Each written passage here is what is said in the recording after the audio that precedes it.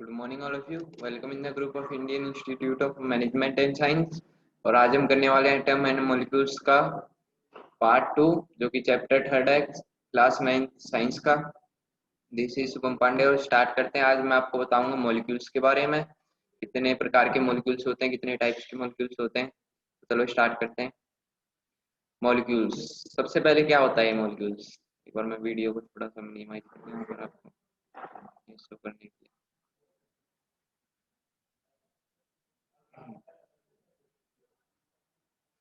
Molecules क्या होता है, सबसे पहले इसको पढ़ते हैं।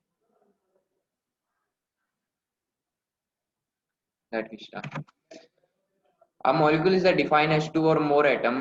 क्या होता है, ये दो या दो से ज्यादा एटम डिफाइन करता है। सेम एलिमेंट, या तो सेम हो सकते हैं वो एलिमेंट, या फिर अलग अलग एलिमेंट्स हो सकते हैं। डेट आर बॉन्ड टुगेदर, जो कि बॉन्ड हो टुगेदर, एक साथ जुड़े हों। जैसे कि मान लो हाइड्रोजन एलिमेंट है, हाइड्रोजन, इसके जो एलिमेंट है और इसके जो मॉलिक्यूल्स होंगे वो अलग होंगे।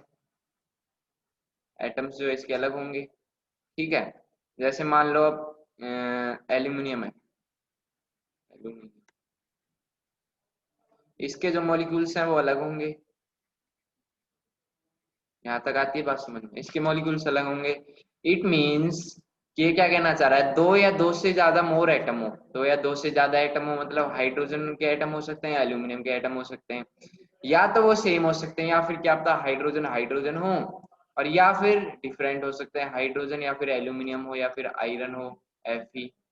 ठीक है, अलग अलग हो सकते हैं, इसका कहने का मतलब है। और क्या हो, बाउंड हो टुगेदर, एक साथ जुड़े हो। जैसे यहाँ पर जुड़े हुए ना, ये मान लो क्या है, ये ऑक्सीजन, ऑक्सीजन के, ये मैं बोल रहा हूँ O2 के हैं। और ये आपको दिखाई दे रहा है, ये किसके हैं, कार्बन मोनोऑक्साइड लगा लो, CO के। ये O का रेड वाला और C ये ग्रे वाला। इट मींस ये दोनों के एटम अलग अलग हैं, तो दोनों बाउंड टुगेदर, एक साथ जुड़े हुए हैं। यही क्या कहलाते हैं मॉलिक्यूल्स। अब मॉलिक्यूल में भी एक बार इसको क्लियर करते हैं। A molecule may be homonuclear, which means it consists of atom of one chemical element.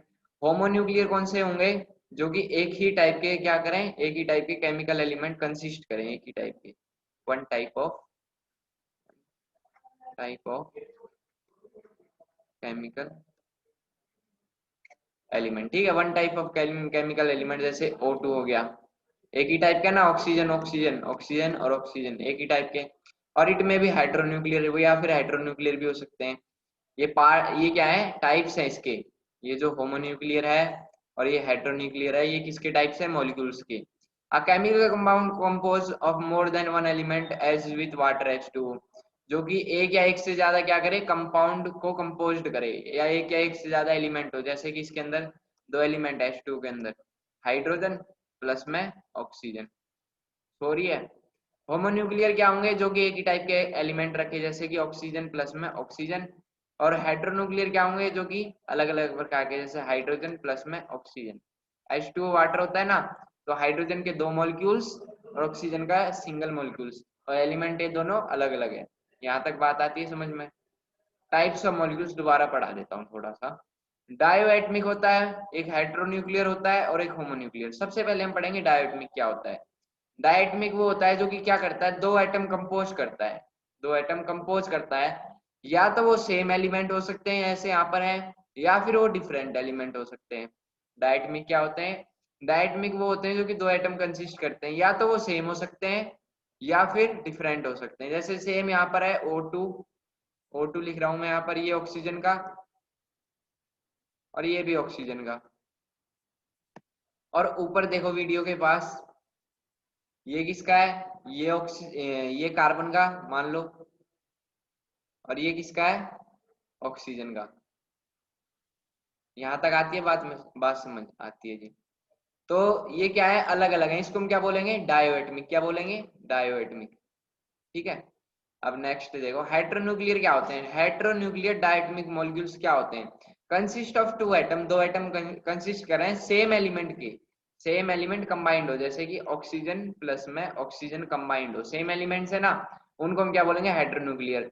जैसे ये 7 प्रकार के हो जाते हैं, 7 टाइप के हैं diatomic element, H2, N2, O2, F2, fluorine, chlorine, iodine, bromine.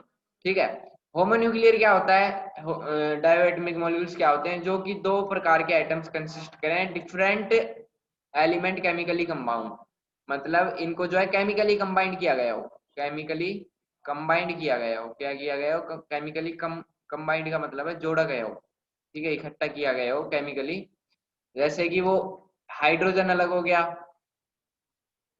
और क्लोरीन अलग हो गया, sorry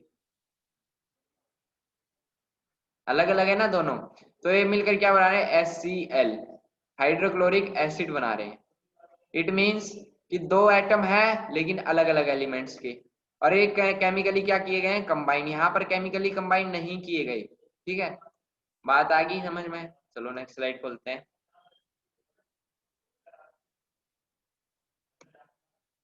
law of chemical combination, law क्या है केमिकल कॉम्बिनेशन के, वो पढ़ते हैं। ये हमारी लास्ट स्लाइड है।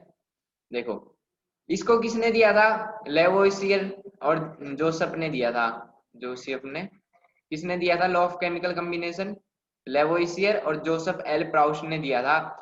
Law of conservation of mass क्या कहता है? मास के बारे में जान लो पहले। मास को ना तो बनाया जा सकता है, ना ही डिस्ट्रॉय किया जा सकता है। इसको क्या किया जा सकता है? केमिकल रिएक्शन के अंदर कुछ भी नहीं किया जा सकता। केमिकल रिएक्शन के अंदर ना तो इसको बनाया जा सकता और ना इसको डिस्ट्रॉय किया जा सकता। जैसे एनर्जी होती है ना, energy, energy can nether be created nor be destroyed, it can only transfer हो सकती है वन टू अनदर। ठीक है, जैसे हीट एनर्जी को हम ट्रांसफर कर देते हैं किसी और हेल्प में ले लेते हैं हीट एनर्जी का, किसमें? जैसे मैकेनिकल का इलेक्ट्रिसिटी में यूज लेते हैं ना, मोटर वगैरह से इलेक्ट्रिसिटी में, समझ जाना। तो ऐसे यहाँ पर ये क्या कह रहा है? रिएक्शन करते टाइम मास को ना ही बनाया जा सकता है ना ही डिस्ट्रॉय किया जा सकता है। एग्जाम्पल के लिए यहाँ पर ये क्या कहना चाहता है? जो product of mass of reactant होगा वो मास ऑफ प्रोडक्ट के बराबर होगा। मतलब ये क्या कह रहा है कि यहाँ पर आप ये लगा लो, एग्जाम्पल क्या लूँ मैं? अच्छा,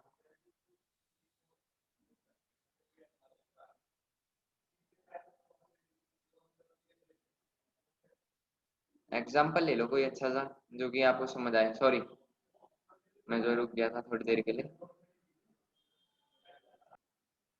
एग्जाम्पल ले लेते हैं, Mg प्लस O2 क्या बना रहा है? MgO। अब देखो, यहाँ पर मैग्नीशियम और मैग्नीशियम दो है, ठीक है, यहाँ पर सिंगल है, यहाँ पर सिंगल है, लेकिन यहाँ पर ऑक्सीजन क्या है? दो है, और यहाँ पर एक ऑक्सीजन के मॉलिक्यूल्स बस सिंगल है। तो इसको हम बैलेंस करेंगे। बैलेंस का मतलब होता है इसको बराबर करेंगे दोनों साइड वेट को। Mg बराबर है, O2 सिंगल है, यहाँ पर O सिंगल है, यहाँ पर O दो है। तो मैं इसको अगर 2 से मल्टीप्लाई कर दूं तो क्या यहाँ पर O2 नहीं हो जाएंगे? अगर O2 हुआ तो Mg भी 2 हो गई। अगर मैं इसको भी 2 से मल्टीप्लाई कर दूं तो क्या हो जाएगा? 2mg प्लस में O2 क्या बना रहा है? 2mgO। ये क्या हो गया? बैलेंस हो गया ना, 2mg 2O2 ठीक है। तो इसका मतलब ये क्या कहना चाह रहा है? जो product of mass of reactant होता है, अब यहाँ पर रिएक्टेंट क्या हुए? रिएक्टेंट Mg प्लस में O2, ये क्या है? रिएक्टेंट। ये क्या है? रिएक्टेंट। और प्रोडक्ट क्या हुआ? जो हमने इन दोनों को मिला करके कंबाइन करके एक सिंगल चीज बनाई, वो क्या हुआ? प्रोडक्ट। ठीक है, आगे बात समझ में? क्या कहना चाह रहा है? जो इनका दोनों का वेट होगा वो इक्वल होगा, मास होगा, सॉरी वेट नहीं, मास जो होगा इनका इक्वल होगा। ये पहले के law of conservation of mass में कहा गया। लॉ ऑफ कांस्टेंट प्रोपोर्शन में क्या गया है? In a chemical substance the element are always present in definite proportion, definite proportion में प्रेजेंट हो बाय मास। एग्जांपल के लिए in water the ratio of, जैसे H2O, ठीक है, एक डेफिनाइट है। जैसे यहाँ पर 2:1 है, ठीक है। ऐसे ही क्या कह रहा है? जो mass of hydrogen to the mass of oxygen is always 1:8। Mass of जो हाइड्रोजन है और मास ऑफ जो ऑक्सीजन है वो हमेशा इसमें प्रेजेंट होगा। जैसे कि H2O, हाइड्रोजन का मास 1 और ऑक्सीजन का 8 respectively. This law lacked explanation, इसकी जो है बहुत कम एक्सप्लेनेशन की गई है। जो John Dalton gave the his story about the matter, और ये थ्योरी किसने दी है? जॉन डेल्टन ने दी है। किसके बारे में? ये जो थ्योरी हम पढ़ रहे हैं मैटर के बारे में, किसने दी है? जॉन डेल्टन ने दी है। He said that the smallest particle of matter is called atom. जो सबसे छोटा पार्टिकल्स होता है किसका, मैटर का। मैटर क्या होता है, कोई भी चीज जो कि स्पेस कवर करे और कुछ ना कुछ मास हो, उसका जो सबसे छोटा पार्टिकल्स होगा वो क्या होगा, एटम। दोबारा से समझा देता हूँ उसको मैं क्लियर करके एक बार। ये कहना चाह रहा है कि लॉ ऑफ कांस्टेंट प्रोपोर्शन में क्या दिया गया है, जो एलिमेंट्स आर ऑलवेज प्रेजेंट, जो एलिमेंट जो प्रेजेंट होंगे ना वो हमेशा डेफिनेट प्रोपोर्शन में होने चाहिए। डेफिनेट का मतलब जैसे वाटर है, वाटर H2O कहलाता है, जहाँ पर ऑक्सीजन का मास 8 होता है और हाइड्रोजन का मास कितना होता है 1। ये डेफिनाइट है, मतलब इसको हम चेंज नहीं कर सकते, ठीक है। एक मॉलिक्यूल्स का मास इतना है। तो जॉन डाल्टन ने क्या कहा था, मैटर की एक थ्योरी दी थी, उसमें क्या कहा था उन्होंने कि जो सबसे छोटा पार्टिकल्स होगा किसका, मैटर का, जो सबसे छोटा पार्टिकल्स होगा वो क्या होगा, एटम। क्या होगा, एटम। और मैटर क्या होता है, कोई भी चीज जो कि स्पेस कवर करे उसका कुछ ना कुछ मास हो। यहाँ तक क्लियर है। एक डाल्टन एटमिक थ्योरी आती है, उसके बारे में हम पढ़ेंगे। डाल्टन एटमिक थ्योरी क्या होती है, every matter is made up of very small और टाइनी। ये बात हमको पता है, कोई भी मैटर है वो कुछ छोटे छोटे पार्टिकल से बना होता है और उसको हम क्या बोलते हैं, एटम्स बोलते हैं। क्या बोलते हैं, atoms. Atom are not divisible, ये हमको दिखाई नहीं देते, ना इसको हम बना सकते ना इसको हम डिस्ट्रॉय कर सकते किसमें, केमिकल रिएक्शन में। यहाँ तक क्लियर है। All atom of a given element same in size, जितने भी एलिमेंट होते हैं जो एटम उसमें होते हैं सब सेम होते हैं साइज में। जैसे हाइड्रोजन, हाइड्रोजन एक एलिमेंट है जो इसके अंदर एटम होंगे वो सब सेम होंगे साइज में और शेप में। मास एंड केमिकल प्रॉपर्टीज में भी सेम होंगे, जो उनकी केमिकल प्रॉपर्टी और मास होगा, वेट होगा, वो सब सेम होगा। Atoms of different element are different in size. अगर अलग अलग एलिमेंट होंगे, जैसे एल्यूमिनियम हो गया और Fe हो गया, जो इसके एटम होंगे और जो इसके एटम होंगे वो दोनों में शेप, साइज, मास और केमिकल प्रॉपर्टी सब अलग अलग होंगी, ठीक है। Atoms combine in the ratio of small whole number जैसे 2 4 6, जो मैंने आपको Mg+O2 करके दिखाई थी ना, क्या बनी थी, 2 MgO बनाई थी। और यहाँ पर ये सब क्या है, होल नंबर में क्या होगा, फॉर्म होंगे कंपाउंड। ये कंपाउंड जो है होल नंबर फॉर्म होंगे। और कंपाउंड क्या होते हैं, the relative number and kinds of atom are constant in a given compound. Constant का मतलब एक ही उसमें होंगे, ठीक है। कंपाउंड्स क्या होते हैं, जो कि दो रिएक्टेंट मिलकर एक कोई प्रोडक्ट बनाए इकट्ठे हुए, दो एलिमेंट होकर के, उनको कंपाउंड्स बोलते हैं। यहाँ तक क्लियर। ये डाल्टन एटमिक थ्योरी में कहा गया था, ये पॉइंट याद रखना, ये काम आएंगे, पेपर में पूछी जा सकती है। Thank you, have a nice day. और आज हम यहीं तक करने वाले थे, नेक्स्ट में थोड़ा और पढ़ेंगे इसके बारे में। Good bye.